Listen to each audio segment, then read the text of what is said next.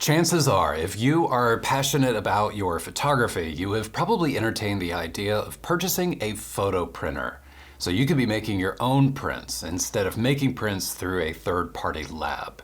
I went through that exact decision process myself a little over a year ago. And up until that point, I had been using labs for all of my prints. I used a variety of different labs, and half the time my prints would come back and they would look great. And then the other times I would get prints back and it would just be so depressing. The photo would look great on my screen before I sent it off to be printed, but then I would get it back on paper. Blacks and the shadows would be darker than I expected them to. The image would just look duller and a little more underexposed than I thought it would be when printed. What I realized is that, like a lot of other things in life, in order to really understand how to do this and to do it well and to do it at the kind of level of quality that I wanted for my own photography, I had to do it myself, and I had to learn how to do it myself. Owning your own printer, for me, just became a necessity. I had to get one, and so that's exactly what I did.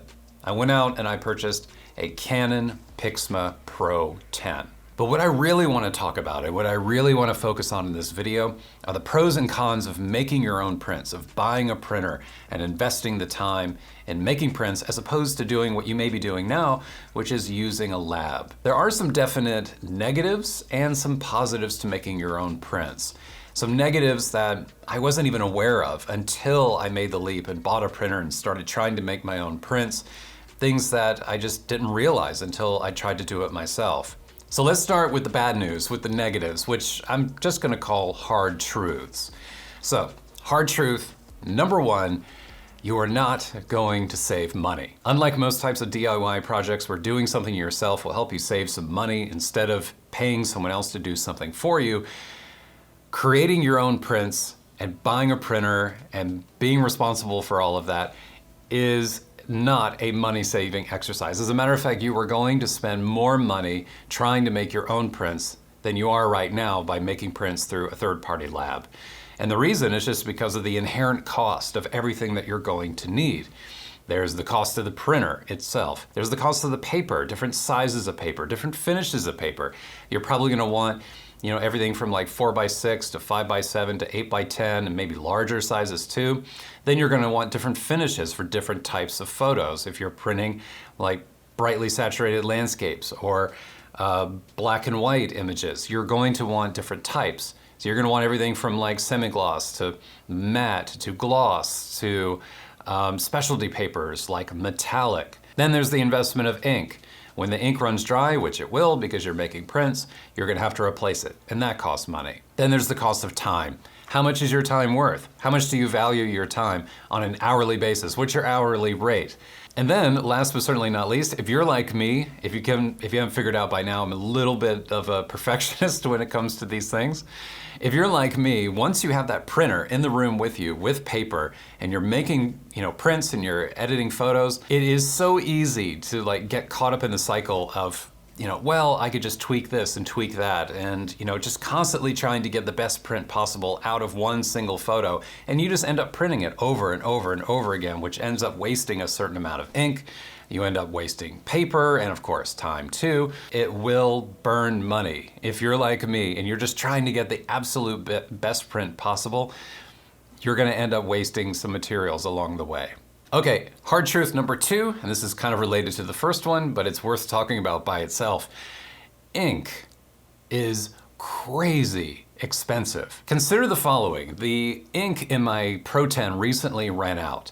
So I went out and I purchased a replacement pack that's made by Canon. It refills all 10 inks in the Pro 10, and it costs, at the time of this video, $135. If you do the math on that, and if you break that down to cost per fluid ounce, how much does the actual ink, the ink that's in all those tiny little cartridges, how much does that ink cost per fluid ounce? $28.50.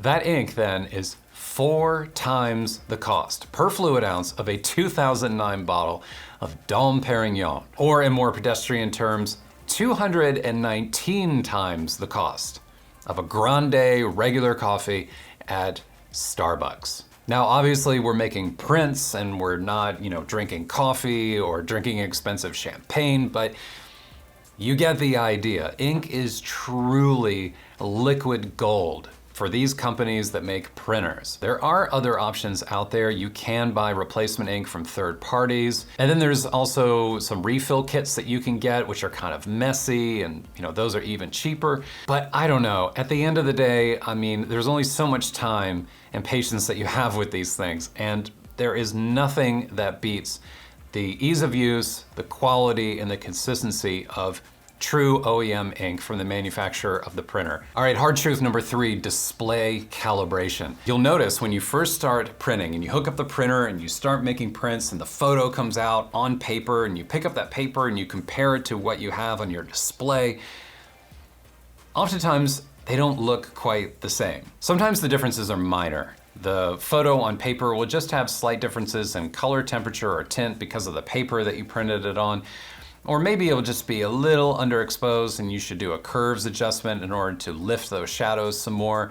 But other times, the photo will come out and it'll have really strange color casts. It will have super dark blacks and shadows, and it just looks dull and desaturated without any vibrancy. It's frustrating, and then you're right back in the same thing that you were before, making prints through a lab, and you can't understand why this keeps happening to you. Well, I'll tell you why it keeps happening, and the reason it does is because of your display. The problem isn't with the printer, the problem isn't with the lab, the problem is with your display, because displays today, like I have a 27-inch iMac 5K display that's brilliant, it's fantastic, I love it, but it has completely unrealistic levels of brightness and contrast. It is super bright, ridiculously bright. And so the only way really to get better prints is to calibrate your display, to adjust it so that it is functioning more within the world of print and of paper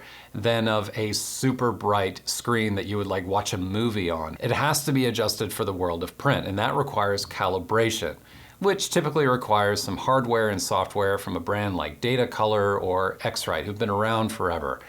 They sell budget display calibration tools for under $100, and those work really well.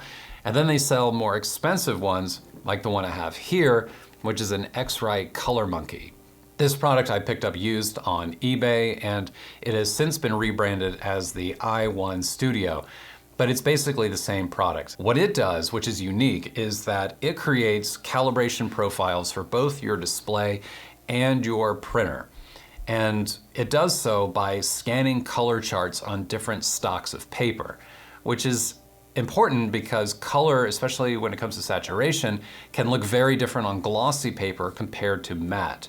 And so by calibrating those colors coming out of the printer, and then matching those colors to what's available on your display, you're then, when you're editing a photo in Lightroom, able to make adjustments and able to make decisions regarding saturation and exposure and everything else based upon how that image is going to appear when printed on a specific type of paper with the printer that you have. The takeaway here is this: if you're picky about color and if you're not getting the results that you want, you're going to need to invest in display calibration hardware and software, which is just going to cost you more money than just the printer itself. Okay, so after all that, you may be thinking, okay, no way, I am not purchasing a printer, I am not interested, I'm just going to stick with my lab. It's too much. Well, let me actually try to change your mind. I'm going to flip the conversation and start talking about some of the benefits and some of the positives of purchasing a printer and making your own prints. Benefit number 1, the experience. It's really hard to explain, but when you're into photography and when you travel and you sometimes go really far distances in order to create a photo, and you put so much time and effort into not just composing the image and getting the image that you want, and then bringing that photo home and then editing that photo and creating that image, it feels tangible, it feels real, it feels valuable, it feels like there's a certain amount of finality and closure to the creation of this, a photo that you created, a photo that is unique to you, that no one else in the world has. It's something that you went out and you put the time into, and you put the necessary effort into, and you not only captured the photo, but you created an awesome photo, and now it's in print and it's in your hands, and it's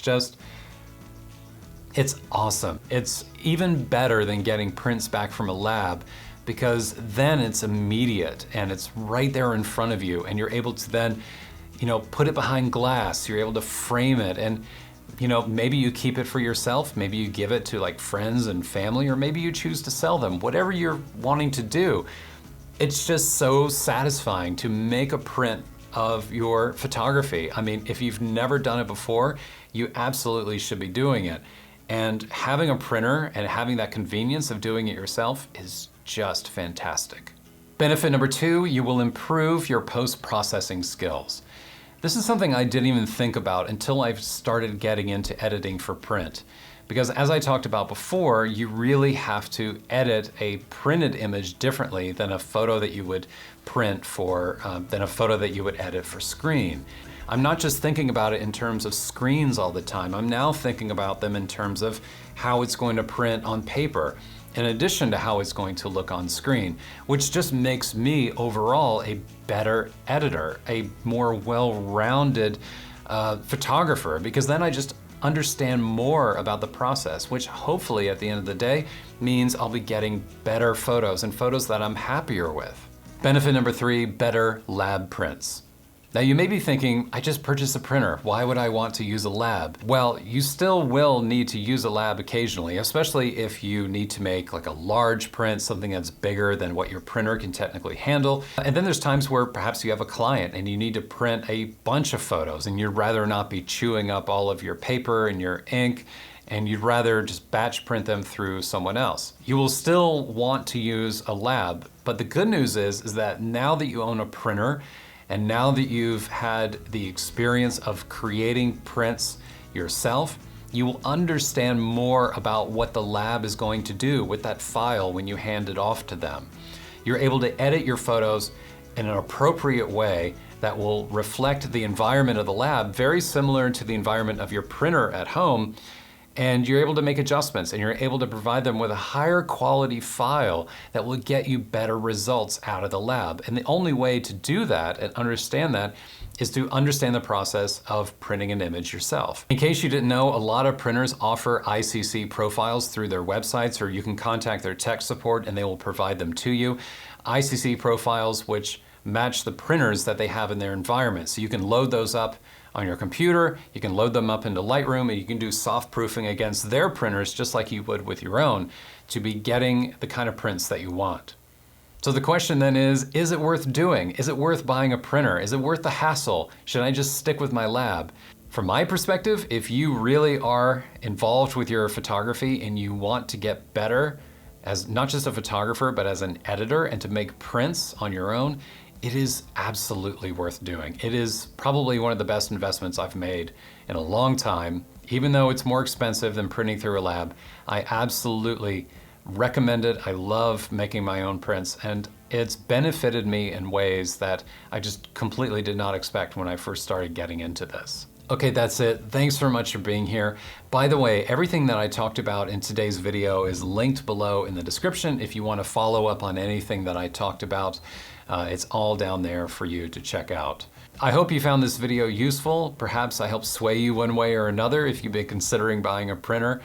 And if you have any questions or comments, by the way, feel free to leave them below. I'll see you next time.